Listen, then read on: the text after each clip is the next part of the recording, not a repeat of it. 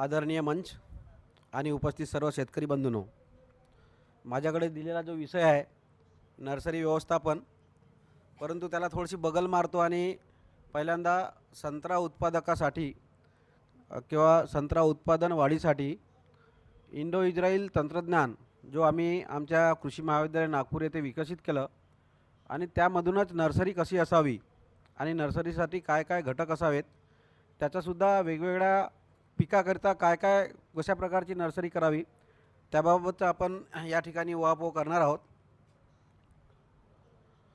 तर बघा, आपला हा विदर्भ प्रभाग आहे आणि त्यामध्ये जवळपास प्रामुख्याने संत्रा पीक मोठ्या प्रमाणात घेतला जातो आणि आपली थोड्या प्रमाणात मी या ठिकाणी तुलना करेल इस्रायल देशाची, की इस्रायल देश हा फार छोटा आहे आणि आपल्या फक्त विदर्भापेक्षा एक छोटा प्रदेश असणारा हा इस्रायल आपल्या किती पुढे जातो आहे किंवा गेला आहे याची सुद्धा तुलना या ठिकाणी तुम्हाला या ठिकाणी दिसेल.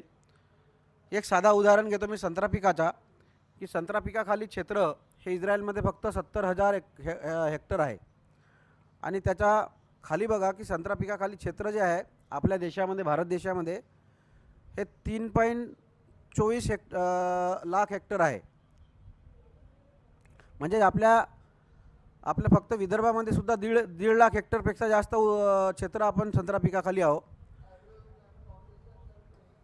परंतु संत्रा पिकाची उत्पादकता जर पाहिली तर इस्रायलमध्ये जवळपास 35 ते 40 टन प्रति हेक्टरी उत्पादन हे इस्रायलमध्ये घेतलं जातं आणि आपली सरासरी उत्पादकता आहे ही आहे 9 ते 10 टन. म्हणजे जवळपास 3 ते 3.5 पटीनं जास्तीत जास्त उत्पादन हे इस्रायल देशामध्ये घेतले जाते. आणि ज्या आपल्या भागामध्ये ज्या जाती आहेत की नागपूर संत्रा ही प्रामुख्यानं जात आपण नागपूर संत्र्याची घेतो किंवा संत्र्याची घेतो आणि तिची एक प्रीडॉमिनंट व्हरायटी आपण या विदर्भ विभागामध्ये घेतो आणि त्याच्यापासून जी टेस्ट आहे ती टेस्ट कुठल्याही जगातील कुठल्याही व्हेरायटीमध्ये नाही, म्हणून ही आपली एक ब्रँडेड व्हरायटी आपण या ठिकाणी घेतो आहे. खाली हो का नाही, हे फक्त नर्सरीच्या ह्याच्यात घेतो मी येतो. संत्रा काल जरी झाला असेल तर आपली पारंपरिक पद्धत आपण या ठिकाणी पाहिली तर कुठल्याही पिकाची जी उत्पादकता वाढवतो तर त्यामध्ये आपल्याला पाहिजे एक बंदिस्त रोपवाटिका, म्हणजे दर्जेदार कलमा किंवा दर्जेदार रोपं कसे तयार करावे हे फार महत्त्वाचं आहे.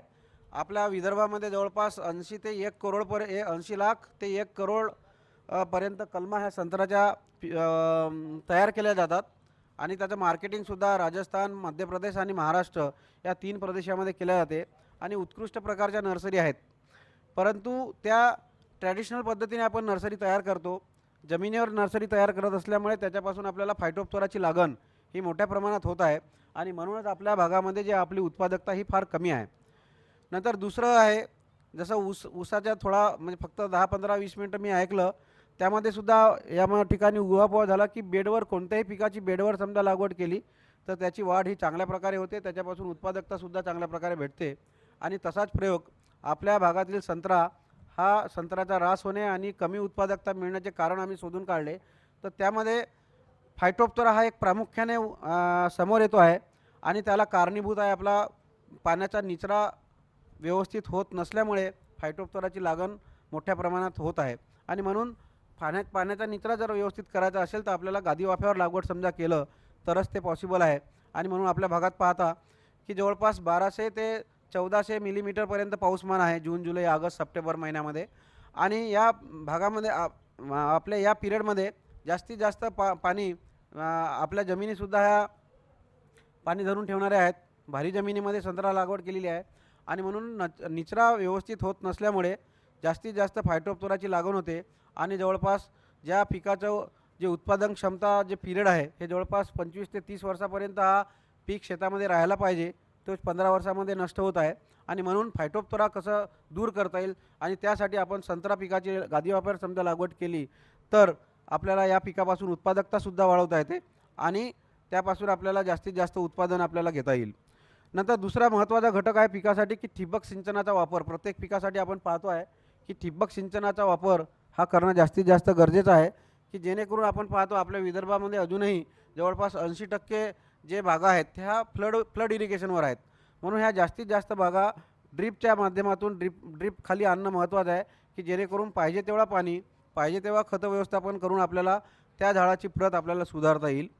नंतर महत्त्वाचा घटक म्हणजे संत्रा पिकासाठी छाटणी तंत्रज्ञानाचा वापर.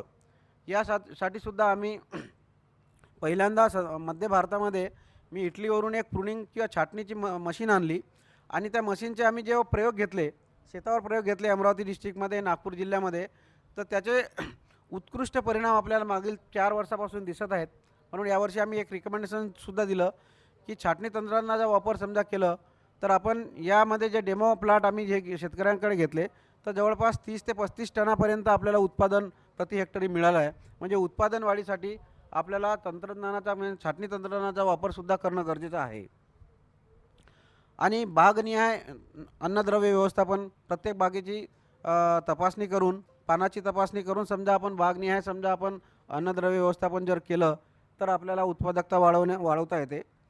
नंतर तर हे बघा, हे संत्रा गुणवत्ता केंद्र भरतनगर येथे आम्ही अशा प्रकारे उभारलेलं आहे आणि त्यामध्ये मॅक्झिमम हाय डेन्सिटीचा वापर करून आणि गादी वापर लागवड केली आणि दुहेरी लॅटरलचा वापर करून, ठिबक सिंचनाचा वापर करून आपण पाणी व्यवस्थापन आणि अन्न व्यवस्थापन जर केलं तर आपल्याला जे वाढ आहे, संत्र्याची जी वाढ आहे मोठ्या प्रमाणात करता येते. कुठल्याही पिकं समजा आपण गादी वाफ्यावर दुहेरी नळीचा वापर समजा करून केलं आणि हाय डेन्सिटीचा वापर केला तर आपल्याला ज्या ठिकाणी 6-7 वर्ष पूर्ण पीक येईपर्यंत वाट पाहायची होती ती आपल्याला 4थ्या वर्षातसुद्धा आपल्याला पहिला क्रॉप आपल्याला या ठिकाणी घेता येतो. नंतर आपण नर्सरीवर येऊ, की कुठल्याही पिकाची समजा नर्सरी करायची असेल तर आपल्याला मातृवृक्ष आपल्या बागेमध्ये असणं गरजेचं आहे. संत्र्यामध्ये आपण खूप साऱ्या नर्सरी आपल्या भागात आहेत, परंतु त्या ठिकाणी मातृवृक्षाची थोड्या प्रमाणात चंचन किंवा कमतरता दिसत आहे. आणि म्हणून प्रत्येक, तो आंबा असो, संत्रा असो, पेरू असो, सीताफळ असो किंवा आवळा असो, या सर्व फळं पिकांची मातृवृक्ष त्या नर्सरीमध्ये किंवा रोपवाटिकेमध्ये असणं गरजेचं आहे. आणि त्याची जोपासना, त्याचं व्यवस्थापनसुद्धा व्यवस्थित करणं गरजेचं आहे, की जेणेकरून आपल्या ज्या कलमकांड्या घेतो, ज्या मदर ब्लॉक्समधून ज्या कलमकांड्या घेतो किंवा डोळे घेतो ते सुद्धा जातीवंत असावेत, की जेणेकरून त्यापासून आपण जे नवीन रोपटं किंवा कलमा तयार करतो ह्या उत्कृष्ट दर्जाच्या असतील. त्याची पावती म्हणून आपल्याला मदर ब्लॉकसुद्धा आपण इन्सेक्ट प्रूफ नेटमध्ये समजा आपण याची जोपासना केली, हाय डेन्सिटीमध्ये आपण त्याची लागवड केली आणि ते रोगविरहित कसे राहतील, त्यावर व्हायरस किंवा कुठलाही फंगल राहणार नाही याची समजा व्यवस्थित काळजी घेतली तरच आपण जे काही नर्सरीमधून रोपं आपण तयार करतो त्या रोपवाटिकेमधून आपल्याला उच्च दर्जाचे किंवा उत्तम प्रतीचे किंवा व्हायरस फ्री किंवा रोगमुक्त कलमा आपल्याला पुरवणं शक्य होते. आणि म्हणून कधीही मातृवृक्ष हे इन्सेक्ट प्रूफ नेट हाऊसमध्ये समजा आपण तयार केले, जे बाकीच्या विकसनशील देशामध्ये करतात, आणि तशाच प्रकारे समजा आपल्या भागात केलं तर ही जी इंडस्ट्री आहे जी 15-20 वर्षामध्ये नष्ट होते तीच आपल्याला जास्तीत जास्त काळापर्यंत 25 ते 30 वर्षापर्यंत आपल्याला त्या बागा आपल्याला टिकवता येतात. आणि म्हणून मातृवृक्ष हे जोपासणं, इन्सेक्ट प्रूफ नेट हाऊसमध्ये तयार करणं आणि त्यामधूनच डोळे घेणं हे फार महत्त्वाचं आहे. नंतर जे काही आपण रोपवाटिकेमध्ये आपण पिशव्या भरतो, तो आंबा असो, संत्रा असो किंवा पेरू असो, सीताफळ असो, आवळा असो, इवन हायवेच्या साईडने जे आपण जे रोपं तयार करतो, ते करंजी असो, नीम असो किंवा कुठल्याही प्रकारचे झाडं आपण तयार करत असू, तर त्यामध्ये लागणारा जो पॉटिंग मिक्सचर आहे हा तयार करणं फार महत्त्वाचं आहे. म्हणजे ज्या पिशव्या भरण्याकरता आपल्याला जो मटेरियल लागतो त्याला आपण मातीचं मिश्रण म्हणतो किंवा पॉटिंग मिक्सचर म्हणतो. ते सर्वसाधारणपणे 2:1:1 म्हणजे 2 भाग माती, 1 भाग रेती आणि 1 भाग शेणखत असावं. आणि ते सुद्धा हे करणं गरजेचं आहे, की जेणेकरून त्यामध्ये कुठल्याही प्रकारचे फंगस, कुठल्याही प्रकारचे बॅक्टेरिया राहू नये. आणि जे मातीतून जे रोग तयार होतात तर ते होऊ नये म्हणून आपल्याला त्या माती मिश्रणाचं निर्जंतुकीकरण करणंसुद्धा गरजेचं आहे. आणि त्यासाठी सोलराईज प्लॅटफॉर्म करणं महत्त्वाचं आहे. सोलराईज प्लॅटफॉर्म म्हणजे ज्या ठिकाणी आपण मातीचं मिश्रण तयार करतो त्या ठिकाणी जवळपास 1 फुटाचं स्लॅबचं लेअर असलेला, म्हणजे जसं आता आपण नागपूर सिटीमध्ये सिमेंटचे रस्ते तयार करतो तसाच सिमेंटचा ओटा तयार करणं गरजेचं आहे आणि त्या ठिकाणी मातीचं मिश्रण तयार करावा. तयार करताना त्या ठिकाणी 2 भाग माती, 1 भाग रेती आणि 1 भाग शेणखत किंवा कंपोस्ट असं व्यवस्थित मिश्रण करून ते जवळपास ते थोडं ओलसर करावा आणि ओलसर केल्यानंतर 100 ते 150 मायक्रॉन पॉलिथिन शीटने ती व्यवस्थित झाकून घ्यावीत, जेणेकरून त्यामधून हवा पास होणार नाही. आणि ही निर्जंतुकीकरणाची प्रक्रिया जवळपास 45, एकदा झाकून ठेवलं की 45 दिवसपर्यंत तसंच ठेवावं, की जेणेकरून आतमधील जो टेम्परेचर आहे हा जवळपास 54 ते 55 डिग्री सेंटीग्रेडपर्यंत तापमान त्या ठिकाणी आतमधला वाढतो.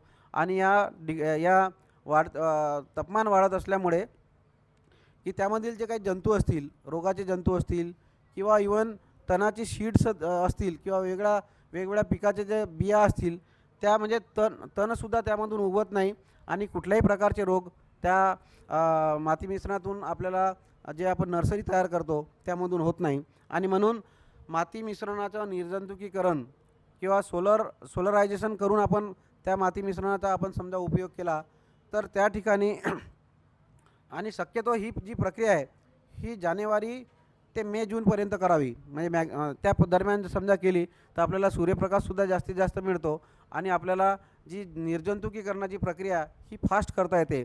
आणि म्हणून जवळपास 45 दिवस निर्जंतुकीकरण केलेला जो मातीचं मिश्रण आपण रोपवाटिकेसाठी समजा वापरलं तरच आपल्याला त्यामधून जास्तीत जास्त इवन ज्या काही बियाणे टाकतो त्याचीसुद्धा उगवण क्षमता वाढते, उगवण जास्तीत जास्त प्रमाणात मिळते आणि आपल्याला एकसारखे आणि जोमदार रोपं आपल्याला अशा प्रकारच्या नर्सरीमधून मिळतात. नंतर दुसरं महत्त्वाचं म्हणजे आपण पाहिलं पहिल्यांदा आपण नर्सरीमध्ये आपण ड्रीपचा वापर केला, ड्रीपमधून सुद्धा खत व्यवस्थापनाचा वापर केला. आपण पाहिलं की मोठ्या प्रमाणामध्ये समजा नर्सरी केली तर उन्हाळ्यामध्ये पाणी देताना फार अडचण होते किंवा आपल्याला दिल्या जात नाही, वारंवार पाणी द्यावं लागतं. म्हणून एकदा यांत्रिकीकरणाचा वापर करून या ठिकाणी समजा 15 ते 20 मिनटंसुद्धा ड्रीप चालवली तर त्या बॅगला आपल्याला इरिगेट करता येते आणि पाहिजे ते खतं आपल्याला ड्रीपच्या माध्यमातून सुद्धा देता येतात. आणि म्हणून तुम्ही पिक्चरमध्ये पाहिला असेल की ही जवळपास 5 ते 6 किलोची बॅग आपण संत्र्यासाठी वापरतो. अशाच प्रकारच्या बॅगा पेरूसाठी, आंब्यासाठी, इवन चिकूसाठी किंवा सीताफळासाठी समजा वापरल्या आणि जेवढा बॅगचा साईज मोठा तेवढा आपल्याला रोपाची सुद्धा वाढ आपल्याला जोमदार दिसते. आणि म्हणून जवळपास एका वर्षामध्ये 3 ते 4 फुटाची किंवा 5 फुटाची कलम आपल्याला पाहिजे असेल तर कमीत कमी 8 इंच बाय 12 इंच या प्रकारची पॉलिथिनचा वापर करणं गरजेचं आहे, की जेणेकरून आपल्याला जवळपास 4 ते 5 किलो माती त्या ठिकाणी बसते आणि त्याचा उपयोग त्या झाडाच्या वाढीकरता किंवा त्या रोपट्याच्या वाढीकरता आणि कलम सुदृढ राहण्याकरता आपल्याला त्याचा वापर होतो. आणि म्हणून हे माती मिश्रण व्यवस्थित तयार करणं, त्याला निर्जंतुकीकरण करणं आणि रोपं वाढीसाठी कमीत कमी 8 इंच बाय 12 इंच या प्रकारचं समजा पॉलिथिन बॅगचा समजा वापर केलं तर आपल्याला रोपं जोमदार तयार करता येतात. आणि अशा प्रकारे समजा ड्रीपचा समजा वापर केला रोपवाटिकेमध्ये सुद्धा तर आपल्याला पाहिजे तेव्हा पाणी, पाहिजे तितका पाणी आणि त्या ठिकाणातून आपल्याला अन्नद्रव्य व्यवस्थापनसुद्धा करणं सोपं जाते. आणि म्हणून ठिबकचा वापर नर्सरीमध्ये सुद्धा करणं गरजेचं आहे. नंतर हे संत्र्याचं आदर्श रोपवाटिका कशी असावी म्हणून तुम्हाला या ठिकाणी सांगितलं की सर्व हे जे नेट हाऊसेस वापरले आपण हे इन्सेक्ट प्रूफ नेट हाऊसेस असावेत, की जेणेकरून मॅक्झिमम जे व्हायरल डिसीज आहेत संत्र्यामध्ये किंवा बाकीच्या फ्रूट क्रॉपमध्ये ती सकिंग पेस्टच्या माध्यमातून आपल्याला त्या ठिकाणी दिसतात. आणि म्हणून सकिंग पेस्ट नर्सरीमध्ये घुसणार नाही आणि याची काळजी करणंसुद्धा गरजेचं आहे. आणि म्हणून नर्सरीसाठी जे आपण ज्या नेट वापरतो हिरव्या रंगाची नेट तर वापरावीच, परंतु त्यावर पांढऱ्या रंगाची जी 40 मेसची जी इन्सेक्ट प्रूफ नेट आहे त्याचा समजा वापर केला तर कुठल्याही प्रकारचा किडा हा आतमध्ये घुसत नाही आणि ते सकिंग पेस्ट आतमध्ये जात नसल्यामुळे आपल्याला जे काही रोग विषाणूजन्य किंवा व्हायरसजन्य जे रोग दिसतात ते आपल्याला त्या ठिकाणी कमी करता येतात. दुसरं महत्त्वाचं म्हणजे की कुठेही आपण जेव्हा पॉली हाऊसेस किंवा नेट हाऊसेस नर्सरीकरिता तयार करतो तर त्या ठिकाणी डबल डोअरची व्यवस्था असणं गरजेचं आहे. डबल डोअरची व्यवस्था असणं गरजेचं याच्यासाठी आहे की आपण पाहतो की प्रत्येक ठिकाणी आपल्याला प्रिव्हेन्शन करणं गरजेचं आहे.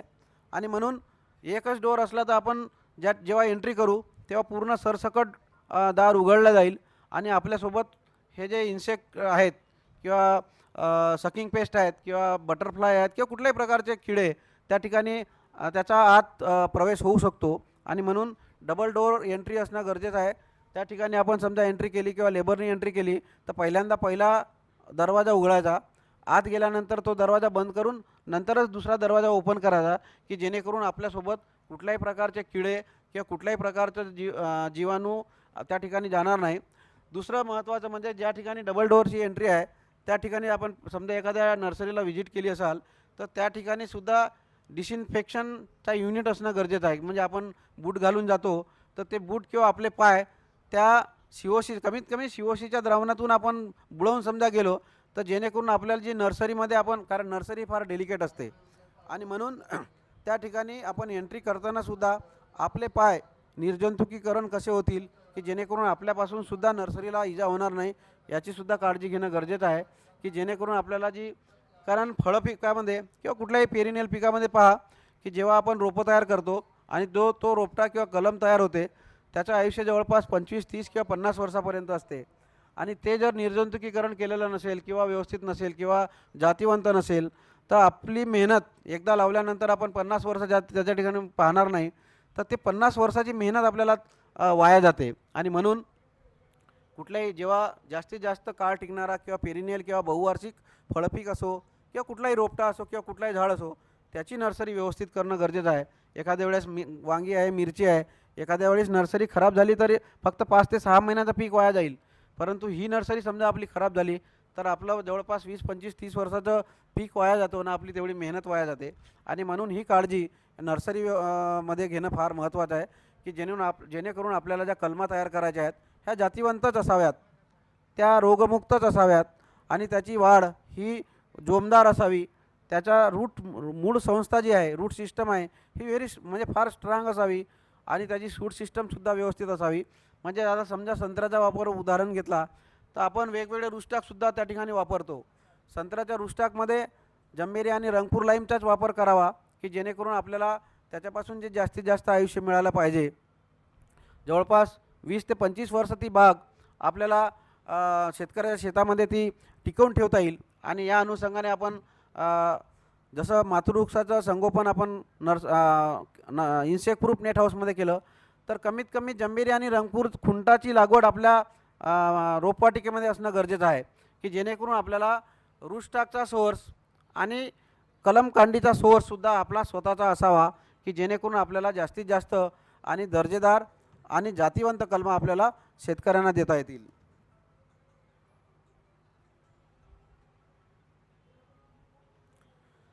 अशा प्रकारे आपण समजा व्यवस्थित निगा राखली, जवळपास हा संत्र्याचा कलम आहे 3 ते 4.5 फुटापर्यंत आपल्याला कलम तयार करता येते, परंतु सर्वसाधारणपणे 3 फुटाची कलम, 2.5 ते 3 फुटाची कलम हे लागवडीसाठी योग्य समजतो. त्यापेक्षा मोठी असली तर आपल्याला ते वाहतुकीमध्ये किंवा आपण ट्रान्सप्लांटिंग करतो तेव्हा मोडण्याची शक्यता जास्तीत जास्त असते. म्हणून 2.5 ते 3 फुटाची कलम आपण लागवडीसाठी वापरावी. आणि शक्यतोवर आपण ही समजा आपण कलम पाहिली तर ही कलम बी टाकल्यापासून तर शेतामध्ये लागवडीपर्यंत जवळपास 18 ते 20 महिन्याचा कालावधी लागतो. म्हणजे याचा जे रूटस्टॉकपासून आपण बियाणं जेव्हा घेतो, आता सर्वसाधारणपणे संत्र्यामध्ये पाहिलं की ऑक्टोबर आणि नोव्हेंबरमध्ये खुंट रोप तयार करणं गरजेचं आहे प्रायमरी नर्सरीमध्ये. आणि खुंट रोप तयार करताना ते सुद्धा प्लॅस्टिकचे क्रेट त्या ठिकाणी वापरायचे. प्लॅस्टिकचे क्रेटसुद्धा ज्या ठिकाणी आपण प्रायमरी नर्सरीमध्ये ठेवतो ते सुद्धा सिमेंट ब्लॉकवर ठेवावेत की जेणेकरून आपल्या ग्राउंडचा त्याचा संपर्क येऊ नये. म्हणजे जमिनीमधून जे का मातीमधून जे जीवाणू किंवा विषाणू किंवा रोग तयार होतात, म्हणजे मातीमधून प्रसार होणारे जे रोग आहेत त्या ठिकाणी येऊ नये म्हणून जवळपास अर्धा ते 1 फुटापर्यंतचे सिमेंट ब्लॉक तयार करून त्या ठिकाणी आपण ट्रे ठेवले आणि त्यामध्ये निर्जंतुकीकरण केलेले आपण माती मिश्रण समजा वापरला तर त्या ठिकाणी आपल्याला जी खुंटाची जे रोपं तयार करतो त्याची उगवण क्षमतासुद्धा आपल्याला जास्तीत जास्त दिसते. 80 ते 85% आपल्याला उगवण क्षमता त्या ठिकाणी दिसून येते आणि एकसारखी जोमदार वाढ आपल्याला त्या ट्रेमध्ये करता येते. आणि म्हणून रोपवाटिकेमध्ये जवळपास ऑक्टोबर आणि नोव्हेंबर या महिन्यामध्ये खुंट रोपाची लागवड करावी. आणि नंतर जून जुलै महिन्यामध्ये जे आपण आधी जे ही जी पिशवी दाखवली आहे या ठिकाणी जवळपास 8 इंच बाय 12 इंच या साईजच्या पॉलिथिन बॅगमध्ये आपण जून जुलैमध्ये जे ट्रेमध्ये तयार केलेले जे रोपं आहेत त्या रोपाचं स्थलांतरण आपण जून जुलैमध्ये करावा आणि ते रोपं खुंट रोपंसुद्धा एकसारखे आणि त्यावर कुठल्याही प्रकारची फूट येणार नाही जवळपास 1 फुटापर्यंत, की जेणेकरून आपल्याला बडिंगसाठी सुद्धा आपल्याला तो रोप व्यवस्थित तयार होईल आणि डिसेंबर जानेवारीमध्ये कलमीकरण करण्यासाठी तो रोप तयार होतो. आणि डिसेंबर जानेवारी या पिरियडमध्ये साल सुटणीचा जो पिरियड आहे म्हणजे सॅप फ्लोईंग कंडिशन जे म्हणतो आपल्याला डिसेंबर जानेवारीमध्ये चांगल्या प्रकारे आपल्याला आपल्या भागात दिसून येते. आणि बडिंग केल्यानंतर ज्या ठिकाणी बडिंग केली बडिंगसुद्धा ही 22 ते 24 सेंटीमीटर ग्राउंड लेवलपासून किंवा त्या पिशवीच्या वरच्या थरापासून 22 सेंटीमीटर वर करावी. आणि ही वर केल्यानंतर बडिंग केल्याच्या खाली कुठल्याही प्रकारचा सूट डेव्हलप होणार नाही किंवा कुठल्याही प्रकारची फांदी फुटणार नाही. म्हणून ती जे फांदी फुटेल तर ते सुद्धा वेळोवेळी काढणं गरजेचं आहे, की जेणेकरून जे आपण बडिंग केलं आहे तो बड जोमदार वाढेल आणि त्याची वाढ जोमदार होईल आणि ते निरोगी राहील. त्यासाठी सुद्धा आपल्याला त्या जे बडिंग केलेलं आहे कलमीकरण केलेलं आहे त्याची जास्तीत जास्त वाढ व्हावी, त्याचं व्यवस्थित संगोपन करणं गरजेचं आहे आणि त्यावर कुठल्याही दुसरी फूट येणार नाही याचीसुद्धा काळजी करणं गरजेचं आहे. आणि ही कलमीकरण म्हणजे जवळपास डिसेंबर आणि जानेवारीमध्ये कलमीकरण केल्यानंतर जून जुलैमध्ये म्हणजे पुढच्या जून जुलैमध्ये आपल्याला ते शेतामध्ये लागवडी योग्य म्हणजे ह्या प्रकारची कलम आपल्याला त्या ठिकाणी तयार करता येईल.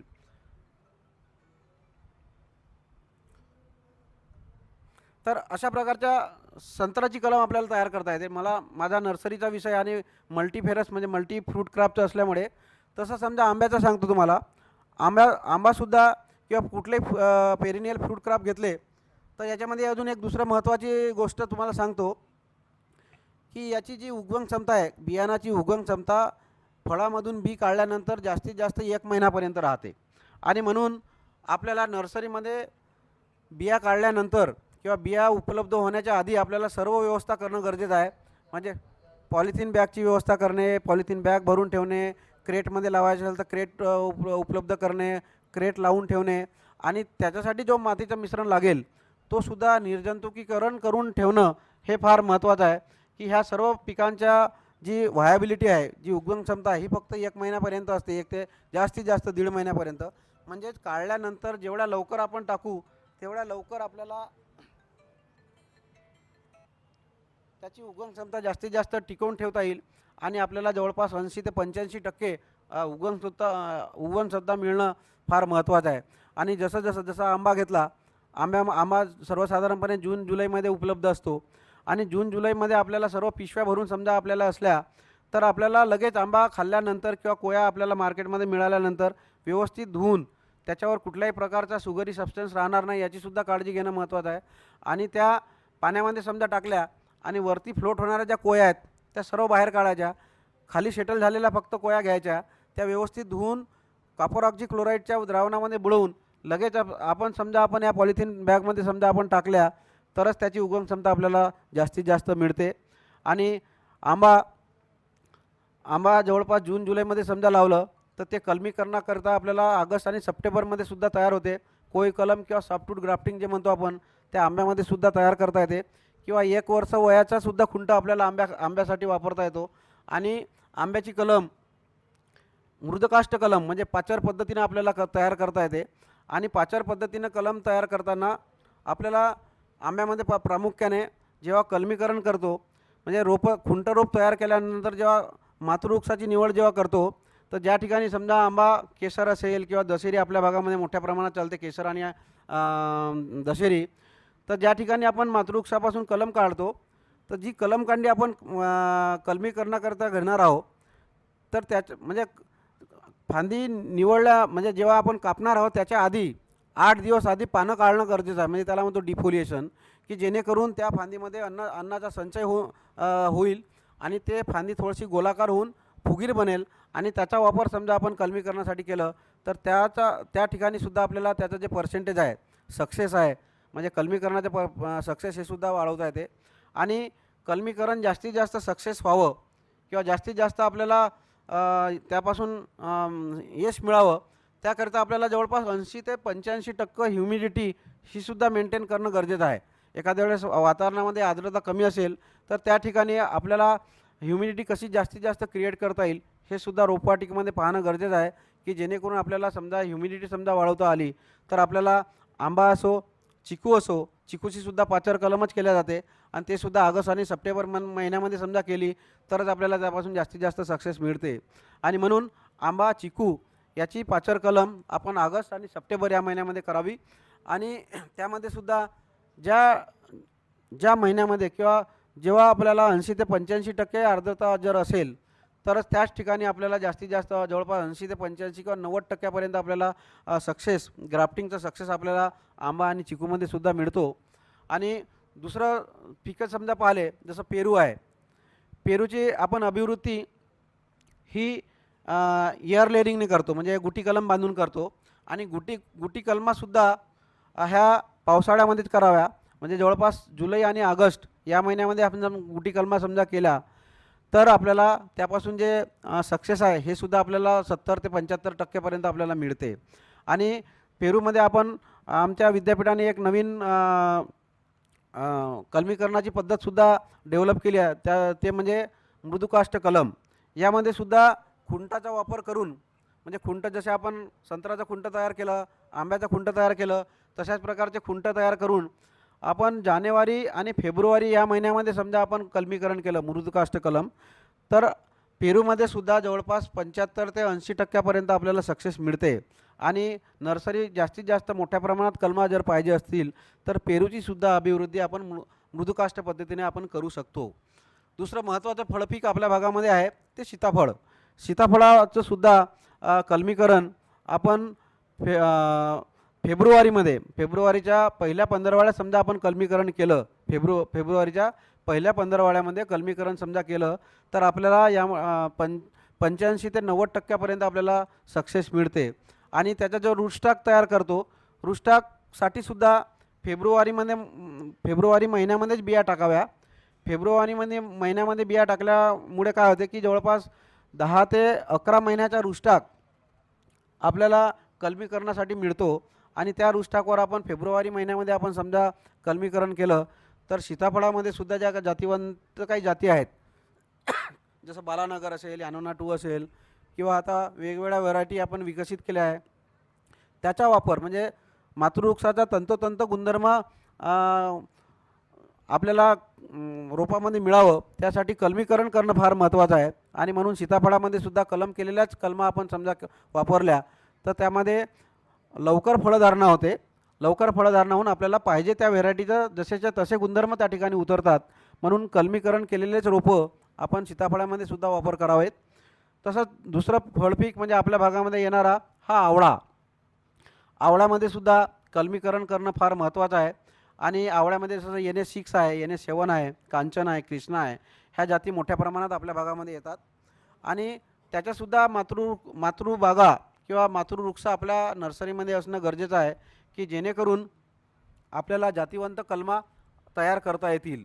आणि म्हणून आवळ्यामध्ये सुद्धा जे रोपं तयार करतो आपण तर रोपंसुद्धा म्हणजे बिया टाकण्याचा जो पिरियड आहे हा फार महत्त्वाचा आहे. म्हणजे प्रत्येक फळपिकामध्ये त्याची जी उगवण क्षमता ही फार लिमिटेड असल्यामुळे जे उगवण क्षमता आपल्याला जास्तीत जास्त मिळावी म्हणून त्या पर्टिक्युलर टाईममध्ये समजा किंवा त्या पिरियडमध्ये किंवा त्या महिन्यामध्ये समजा आपण बियाणं टाकलं तर आपल्याला जास्तीत जास्त उगवण क्षमता मिळते. आणि म्हणून आवळ्याचं सुद्धा बियाणं हे फेब्रुवारी महिन्यामध्येच नर्सरीमध्ये टाकावे. आणि त्यापासून जे खुंट रोपं तयार होतात त्यावर आपण समजा जानेवारी आणि फेब्रुवारी या 2 महिन्यामध्ये आपण समजा कलमीकरण केलं तर आवळ्यामध्ये सुद्धा आपल्याला सॉफ्टवूड ग्राफ्टिंगमध्ये 80 ते 85% सक्सेस आपल्याला कलमीकरणामध्ये मिळतो. आणि म्हणून ह्या सर्व पिकाचा कलमीकरणाचा पिरियड हा वेगवेगळा आहे. प्रत्येक पिकाचं कलमीकरणाचा महिना हा वेगळा आहे, बियाणं टाकण्याचा महिना हा वेगळा आहे, फळं मिळण्याचा जो पिरियड आहे हा सुद्धा वेगवेगळा आहे. आणि त्या अनुषंगाने आपण वेगवेगळ्या महिन्यामध्ये आपण बियाचं कलेक्शन करून व्यवस्थित त्या नर्सरीमध्ये समजा आपण टाकलं तर आपल्याला जोमदार रोपवाटिका किंवा जोमदार रोपं आपल्याला तयार करता येतात. आणि त्यामध्ये ते जे रूटस्टॉक मिळतो हा आपल्याला कलमीकरणासाठी व्यवस्थित तयार होतो. दुसरा विषय पाहिला की हायवेच्या रोड साईडनं आपल्याला मोठ्या प्रमाणात लागवड करायची आहे. गव्हर्नमेंटचं सुद्धा टार्गेट आहे की प्रत्येक वर्षी जवळपास 1 ते 2 करोड रोपं आपल्याला लावता यायला पाहिजे. आणि रोपं जेव्हा लागवडीचा पिरियड लावणीचा पिरियड होतो जवळपास आपण प्लांटेशन किंवा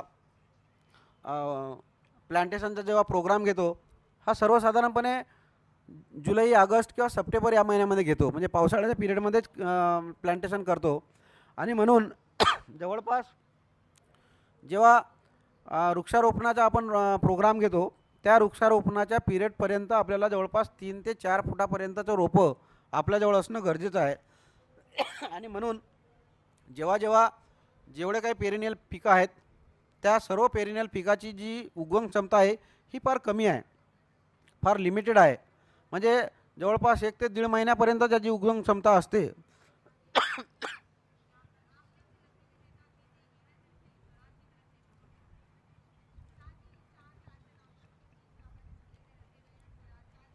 जसं आपण पाहिलं की नीम आहे.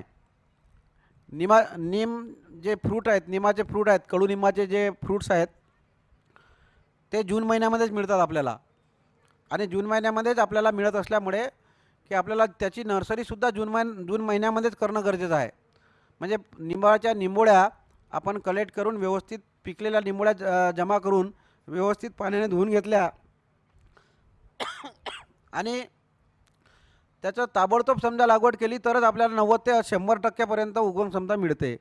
तेच आपण 1 महिन्यानंतर 2 महिन्यानं समजा आपण लागवड केली तर त्यापासून 10% सुद्धा जर्मिनेशन मिळत नाही.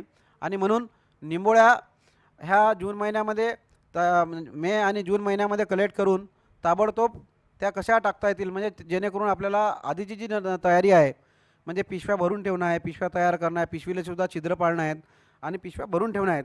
म्हणजे ताबडतोब आपल्याला बियाचं लागवड कशी करता येईल हे सुद्धा पाहणं गरजेचं आहे.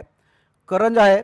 करंजसुद्धा आपण फेब्रुवारी आणि मार्चमध्ये समजा आपण लागवड केली तर करंजामध्ये सुद्धा आपल्याला उगवण क्षमता जास्तीत जास्त आपल्याला या फेब्रुवारी मार्चमध्ये मिळते. आणि म्हणून कुठलेही पेरिनियल पिकं असोत जेव्हा त्याची मॅच्युरिटीचा पिरियड असतो त्या मॅच्युरिटीच्या पिरियडनंतर एक ते दीड महिन्यामध्ये त्याची लागवड व्हावी एवढं जरी लक्षात ठेवलं तरी आपल्याला वर्षभर आपल्याला वेगवेगळी रोपं तयार करता येतात. आणि महत्त्वाचं म्हणजे की जे काही मटेरियल आपण वापरतो, मातीचं मिश्रण वापरतो ते निर्जंतुक केलेलं असावा. ते निर्जंतुक केलेलं जर असेल तर आपल्याला जे वेगवेगळे जे रोग नर्सरीमध्ये जे उद्भवतात त्याचा आपल्याला बंदोबस्त त्याच ठिकाणी म्हणजे करता येतो. दुसरा महत्त्वाचा भाग संत्र्यामध्ये मी थोडासा वळतो की संत्र्यामध्ये सुद्धा ज्या दर्जेदार रोपं पाहिजे असतील तर जंबेरी आणि रंगपूर लाईमवरच केलेल्या असाव्यात.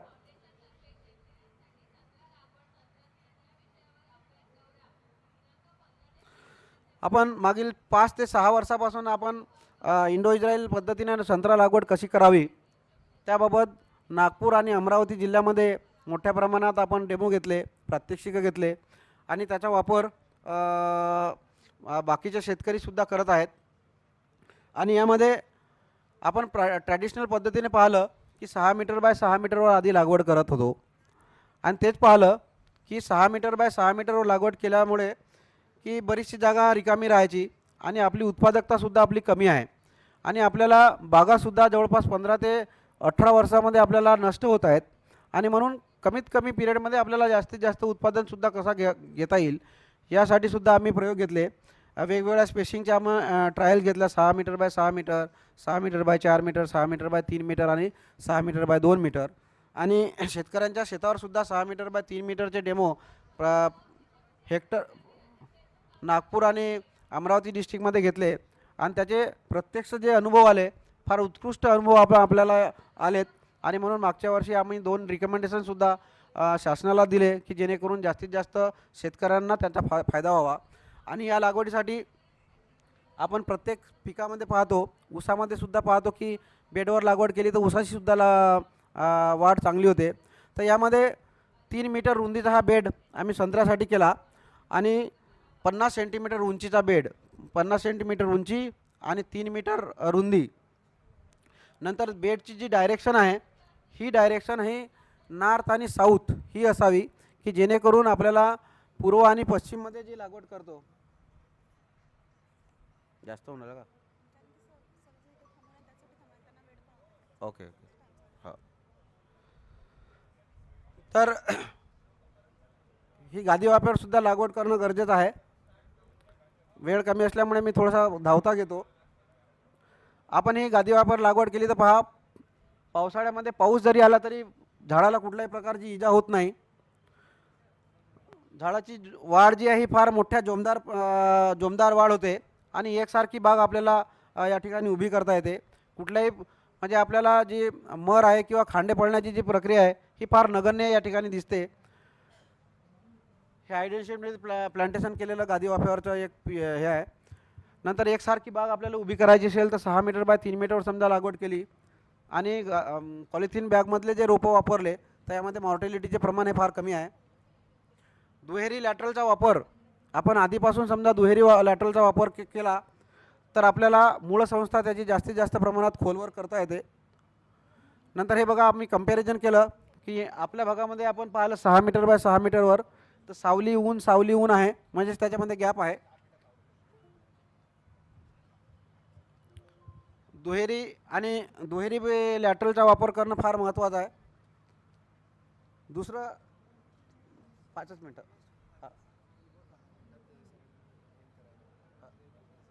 बस 5 मिनटातच आटपतो.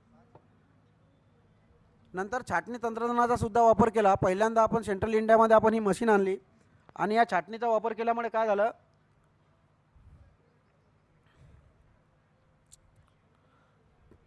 ह्या छाटणीचा वापर केल्यामुळे एकसारखी छाटणी आपल्याला करता येते आणि संत्र्यामध्ये जी फलधारणा किंवा फुलधारणा होते ही नवीन फांदीवर होते आणि नवीन फांदीवर होत असल्यामुळे छाटणी तंत्रज्ञानाचा वापर समजा केलं तर आपल्याला उत्कृष्ट प्रकारे आणि जास्तीत जास्त फांद्या, जास्तीत जास्त पानं तयार करता येतात. आपण वेगवेगळ्या हाईटवर सुद्धा त्याची छाटणी केली किंवा किती हाईटवर आपल्याला छाटणी करायला पाहिजे आणि 10 फुटावर समजा आपण छाटणी केली तर आपल्याला उत्कृष्ट फळधारणा आणि क्वालिटी आपल्याला मिळते. या ठिकाणी पहा, वरचा जो भाग आहे हा छाटणी केल्यानंतरची फूट आहे आणि खाली खाली फळधारणा झालेली आहे. ही सर्व हा जो माल आहे हा पेटीत लागतो किंवा म्हणजे पानाच्या बगलेत लागतो आणि म्हणून आपल्याला त्या ठिकाणी फळांची साईजसुद्धा वाढवता येते आणि जास्तीत जास्त एकसारखे फळं आपल्याला या ठिकाणी घेता येतात. आकारमान वाढतो आणि 70 ते 75 mm ची फळं आपल्याला आणि एकसारखी फळं या ठिकाणी दिसतात. आणि आपण सर्वसाधारणपणे पाहतो की एका फळाची समजा वाढ व्हायची असेल तर त्या ठिकाणी त्याच्या पाठीमागे 40 पानं असायला पाहिजेत आणि म्हणून पानांची संख्या वाढवणं गरजेचं आहे आणि या ठिकाणी प्रुनिंगचा वापर केला तर पानांची संख्या वाढवता येते. आणि या ठिकाणी पहा, ट्रॅडिशनल पद्धतीने आपण समजा केलं तर जवळपास 8 बांबूचा स्टेकिंग लागतो. तेच प्रुनिंग केलं तर आपल्याला त्या ठिकाणी बांबूची म्हणजे स्टेकिंग देण्याची सुद्धा गरज पडत नाही आणि फळंसुद्धा चांगली आणि हार्वेस्टिंगसाठी किंवा बाकीच्या स्प्रेइंगसाठी सुद्धा सोपं जाते. अन्नद्रव्य व्यवस्थापन वेळीच करणं, ड्रीपमधून करणं फार महत्त्वाचं आहे आणि वेगवेगळा शेड्यूल दिल्याप्रमाणे समजा आपण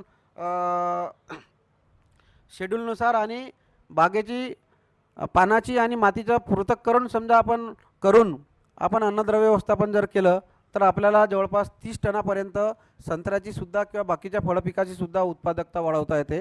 धन्यवाद. यानंतर दुसरं शेळीपालनावर कार्यशाळा होणार आहे. संत्रा विषयाबद्दल कोणाला काही शंका असतील 5 मिनिटांमध्ये फक्त कृपा करून सरांना विचारावं. संत्र्याबद्दल कोणी नसलं तर दुसरं सेशन चालू करता येईल. आता जे सांगितलं त्याच्याबद्दल जरा प्लीज माईक द्या त्यांना, कॉर्डलेस माईक द्या जरा प्लीज.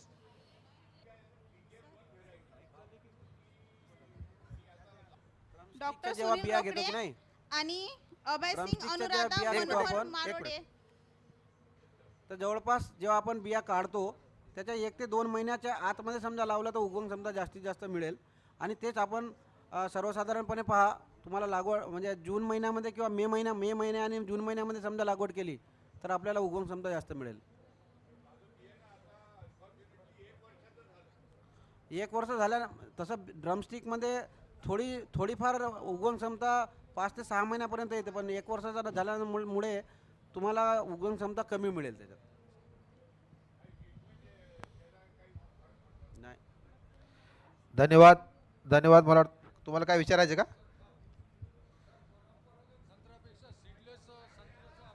आवाज येत नाही. जरा माईक चालू करून द्या प्लीज. हॅलो.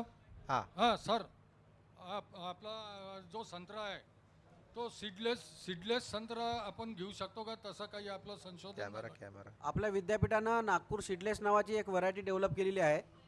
संत्रा आपला जो नागपुरी संत्रा जनरल जो आहे त्याची टेस्ट आणि त्याचीसुद्धा टेस्ट सारखीच आहे. फक्त बियाचं प्रमाण हे कमी आहे, म्हणजे जवळपास 1 ते 3 बिया असतात.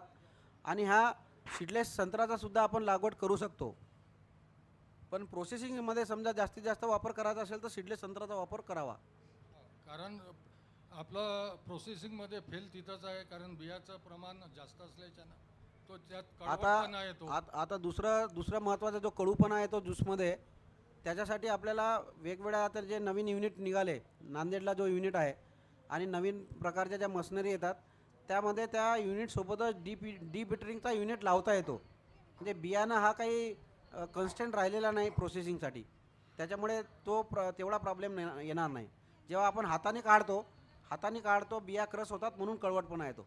सर, कलमा कुठं उपलब्ध होईल? कलमा आमच्या सेंटरवर सुद्धा उपलब्ध आहेत. कोणचं सर? हां, सेंटर कोणचं? आपला कृषी महाविद्यालय नागपूर महाराज बाग. धन्यवाद सर. मला वाटतं संत्रा माझा नंबर पाहिजे असेल तर लिहून घ्या. हा सगळ्या सरांचा नंबर लिहून घ्या कृपा करून. 99. आपलं सर नाव सांगा पुन्हा पहिल्यांदा एकदा. मी doctor DM Panchbhai. Doctor Panchbhai. DM Panchbhai, प्राध्यापक उद्यानविद्या, कृषी महाविद्यालय नागपूर. आमच्याकडे इंडो इस्रायल प्रकल्प आहे आणि त्यामध्ये भरतनगरला आमचा युनिट आहे. आणि कॉलेजमध्ये जर आल्या तर आपल्याला कलमासुद्धा मिळतील. माझा नंबर लिहून घ्या. 99 700 70923. थोडं मराठीत सांगा एकदा, काही लोकांना इंग्लिश लिहिता येणार नाही. 99 700 70923. धन्यवाद डॉक्टर साहेब.